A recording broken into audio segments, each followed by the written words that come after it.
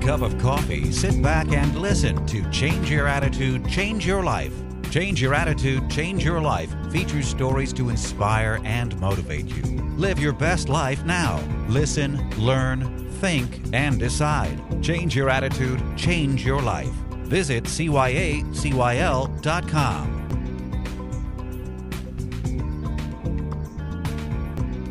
Welcome to Change Your Attitude, Change Your Life. I'm Joan Herman. Thanks for tuning in.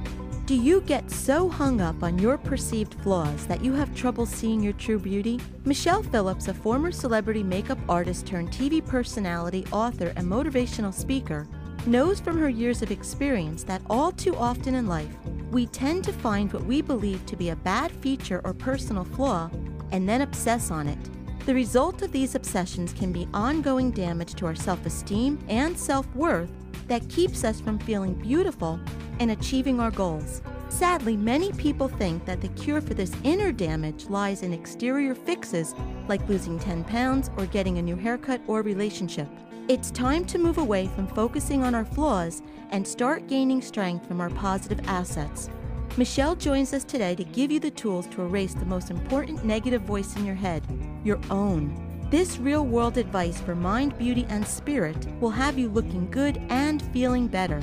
Michelle is the author of the new book, The Beauty Blueprint, 8 Steps to Building the Life and Look of Your Dreams. She recently appeared in New York at the Hay House I Can Do It event with inspirational icons Wayne Dyer and Louise Hay. Hey, Michelle, thanks for joining us today.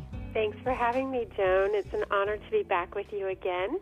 Yeah, it is so nice to have you back. You have a really important message, but you've been all over the place lately spreading that message, so I'm really glad that you took some time to spend with us today.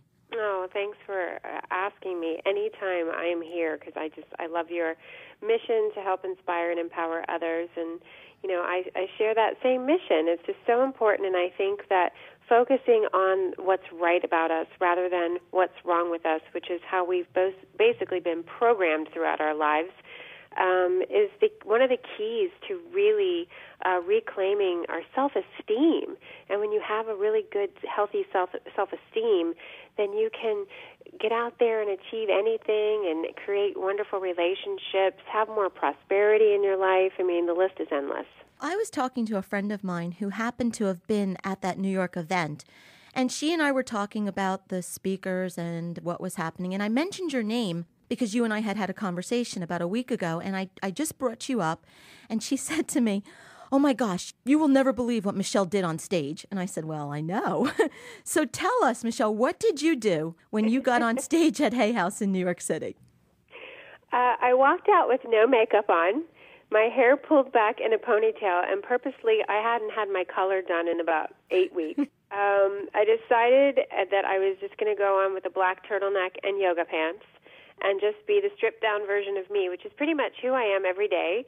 But it was funny because before I walked on stage, a couple of the authors said, "Hey, you're up soon. Are you going to go get glammed up?" And I said, "No, this is what I'm wearing." And they looked at me, and one of the girls said, "Why?" And I said, "Because I'm going to make a point." And so stay tuned. And then my best friend was with me who lives in New York. We started off in cosmetics 25 years ago at Bloomingdale's in Washington, D.C. And she said, "Hey, honey, do you want me to do your makeup before you go on?" And I said, "No." And so she's like, "Oh, my God." So I walked out on the stage. I looked at my watch for 7 seconds, and I said nothing. And then I looked at the audience, and I said, "My time's up." And everybody just looked at me like, "What in the world is this? Who's this crazy woman?" And I said, in the 7 seconds I stood here and looked at my watch, I created my first impression on you. And, basically that's what studies show, is that we create a first impression based upon how we look. And that's what we do. We judge people initially on how they look. But, I've spent my heart and soul and what I call my getting years creating the career and also the perfect life is what I was striving for. And I created an amazing career as a celebrity makeup artist, creating perfect images. And in the meantime, I was also creating that perfect, quote-unquote, life that I thought that I should have in order to be happy. And what I basically said to the audience is, you can put all the lipstick and hairspray on that you want and put on the most expensive clothes. But if you don't feel good about who you are, it doesn't matter, bottom line. And that comes from not only our perspective of how we look, but also our lives. I mean, we can create this facade of like this perfect house and, the money that we want to create the beautiful house and have the cars and, and raise our families and, have these perfect relationships.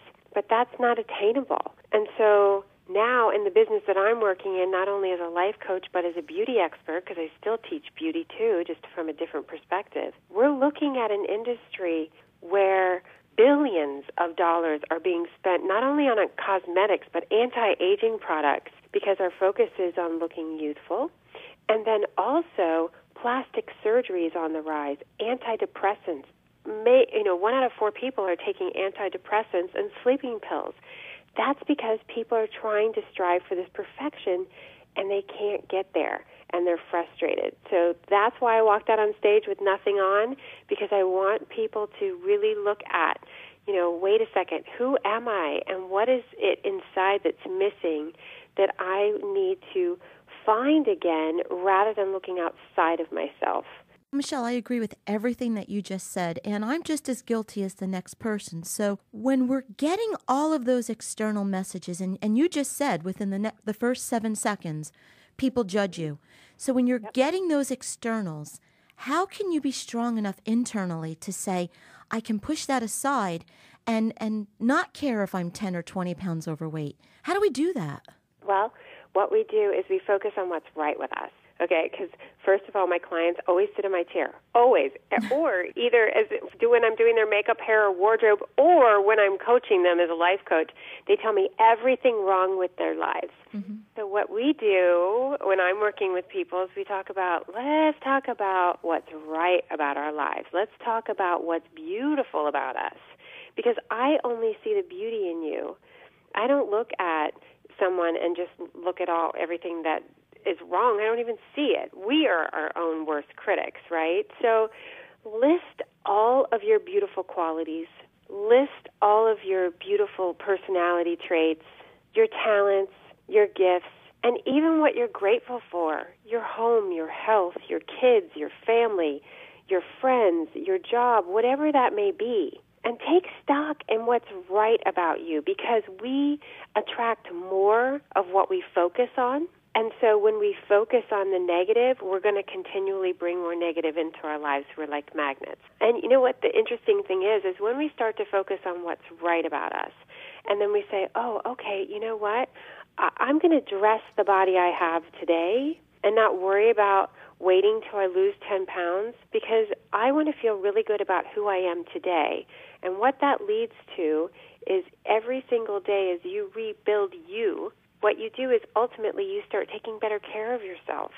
You start feeling better, and 95% of my clients end up losing 20 to 50 pounds. I am not exaggerating. I have a stack of testimonials from women who have lost weight going through my program, not by dieting, by tapping into who they are, what they want, and starting to live authentically according to what they want, and letting go of those negative voices in their heads that say you're not good enough, you're not pretty enough, you're not capable.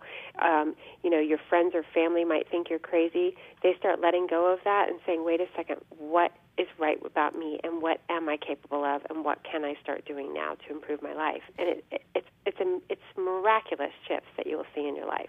And it's when you let go of that baggage, you carry yourself differently. I mean, if you ever have those days when you wake up and you're in a good mood and everything seems to click, you carry yourself taller and you enter a room almost like you own it.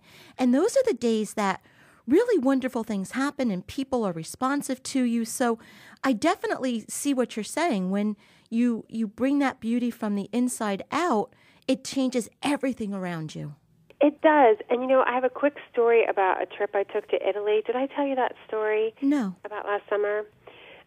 About how, I personally always am practicing this, myself, because it's never ending, this process of really focusing on what's right about you and what's right about your life. And I became a Hay House author a year ago. I had this incredible career launch, everything I wanted. But meanwhile, I was having a lot of difficulties in my personal life. My father was dying of cancer. My daughter had a tumor, which thank goodness was not cancerous, but it was very, very scary. My son was going through some difficult times. I mean, my whole life was about really becoming a caretaker again, and I was feeling so frazzled and so fried that I literally, I just thought, how is it that I could be achieving the most miraculous, dream? This is a miracle. And then everything else in my personal life I felt like I was grasping to hold on. And a dear friend invited me to go on a spiritual retreat in Italy, and I thought, oh my gosh, this is crazy. I can't go on a retreat. I mean, that feels so selfish to do. Well, my mother and then my other best friend said, you need to go. You need to go. You need to just clear your head. So I go thinking, oh, Italy, food, wine, clothes, fun. We're going to do some walking. I'll wear some yoga pants and some tennis shoes, but the rest of the time was all about, this will be a great getaway. Well, literally, I didn't realize it was a 60-mile hike in the mountains of Umbria in Italy. And we literally climbed up mountains to go to the top of these incredible mountains to monasteries where there was no power or electricity in some places, to pray and to meditate with monks and nuns. It was incredible. But every step you took up the mountain, you had to be extremely mindful of where you placed your foot and how you actually climbed that mountain. Because if you got distracted and started talking or just weren't paying attention, you could slip and fall. It was very, very slippery shale that we were walking on. And I was walking in silence because we had to really concentrate. And I started to walk up the mountain, and I started to cry. And I started to let go of all the emotions that I was holding on to. Physically, mentally, emotionally, I just started shedding all this stuff. And I had this realization that we hold on so tightly to things that really aren't serving us, belief systems. I was still thinking I wasn't a good enough daughter or a mom or whatever, that guilt was going on with me. And as I was releasing this and then doing these mindful meditations, I realized, and also sleeping in hostels, no makeup, no hair, literally taking showers with cold showers from spigots that were over a toilet. It was crazy. Getting really stripped down to the core.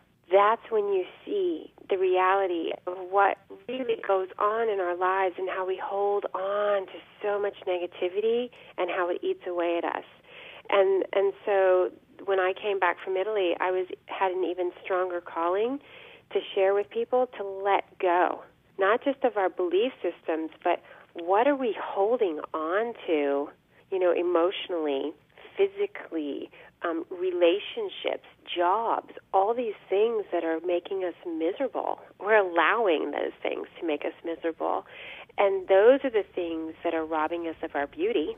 Because when we let go of those things and we say, you know what, I'm going to make a change, I'm now going to take action and I'm going to let those things go and trust that everything will be in place for me moving forward, because it always is. That's when you start really living your life. And when you do that, you start looking better and feeling better. It's a byproduct, and it's a beauty that cannot be outmatched. I promise you. Michelle, I think that's a really great place for us to take a break. So we're going to take a break for this week's Good Life Tips. Stay with us for information to help you make the positive life changes that we talk about on the show. When we return, I'll continue my discussion with Michelle Phillips. We'll be right back.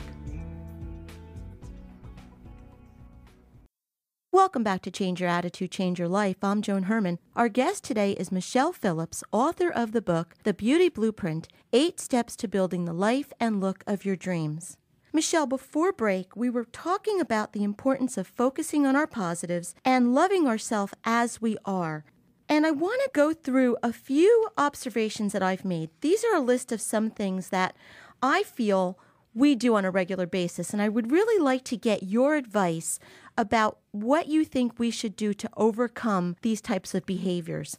the first thing that I want to talk about. It's really the topic of our show today. And this is when you think about your flaws constantly. We focus in on those one or two things that we really can't stand about ourselves. And it's almost like we get this disgust or disdain about ourselves. So what would you say we need to do to stop doing that? Well, we need to identify what those voices are that we have running over and over in our minds. Like I was talking about with my trip with Italy, I had such guilt around not being good enough as a mother and as a daughter. Things will come up for us continually. Maybe I feel like I'm not capable of switching jobs, or maybe I feel like I'm too fat, or I'm too ugly, or I'm too old.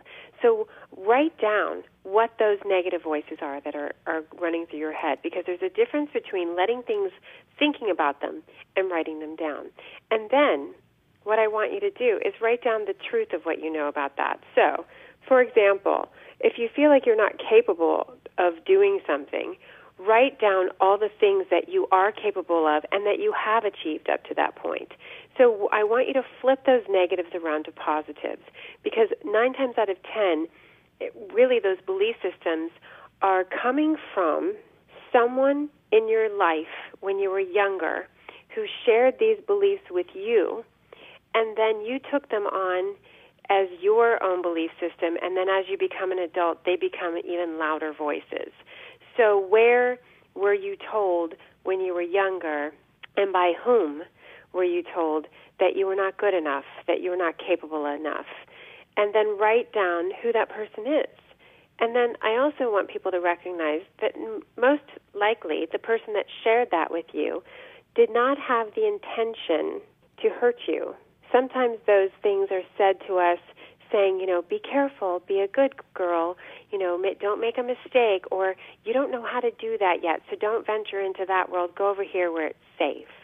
So what we just need to do by identifying who that is, we can realize the intention wasn't placed on us, this negative, so that we can take that negative and run with it, Mm-hmm. And so when we realize we forgive that person, we forgive ourselves for taking on that belief system, and then we start creating our new, what's the truth about that? The truth is I'm capable, and if I need to go out there and learn things, I am capable of doing that. And continue on with that and start to delete those negatives by really identifying where those voices are coming from. What's the source? Once you start letting go of those belief systems, your whole life will change. You just got to reprogram, and it takes a little time, but it's definitely worth it. Okay, Michelle, here's one that I am definitely guilty of. Constantly compensating for who you are with apologies for your actions, like you owe other people explanations, and beating yourself up when you make the slightest mistake. Mm-hmm, exactly. So where in your life did you always have to apologize? Where were you feeling like you were making mistakes and you weren't living up to the expectations of those around you? Where when you were young?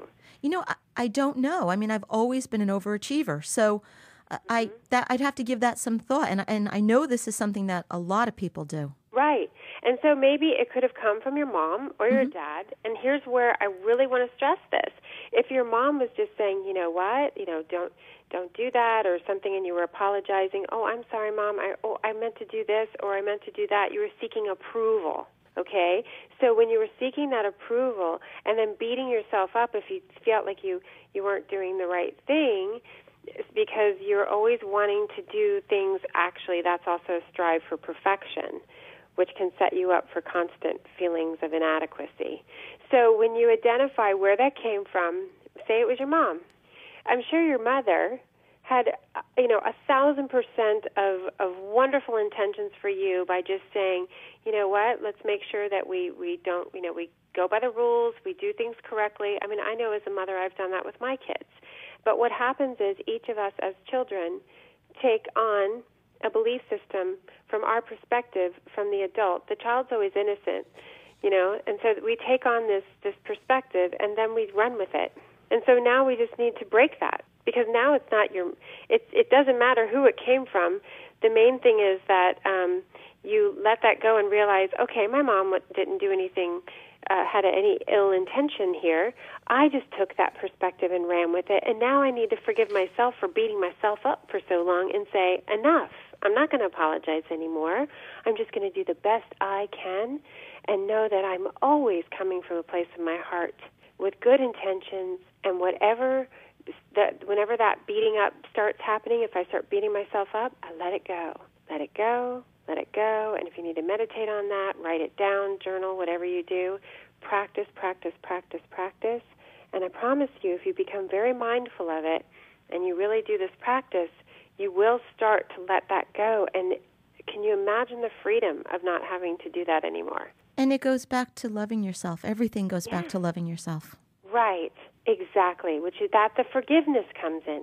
Because the forgiveness work is such a huge part of loving ourselves, because we beat ourselves up so much. We have to forgive ourselves for being the ones that beat ourselves up. Well, Michelle, we're out of time. I either need a longer show or I have to do a 5-part series with you, because once we start talking, you and I can go on for hours. I know, I'm long-winded. I love it. I just keep going and going. I get so excited. Thank you for having me, Joan. Michelle, where can our listeners go to get more information about you and your work? Okay, it's MichellePhillips.com, and then the Michelle Phillips fan page on Facebook. Or as always, you can visit our website, cyacyl.com. That stands for Change Your Attitude, Change Your Life. While on our site, read the digital magazine, listen to past shows as podcasts, take part in the book club, sign up for the mailing list, and be sure to follow the show on Facebook and Twitter. As I said, Michelle, we have to have you come back because there's so much to cover. I love the topic, and I think it's very important. Thanks so much, Joan. I can't wait to come back. It'll be great. This is Change Your Attitude, Change Your Life. I'm Joan Herman. Thanks for tuning in.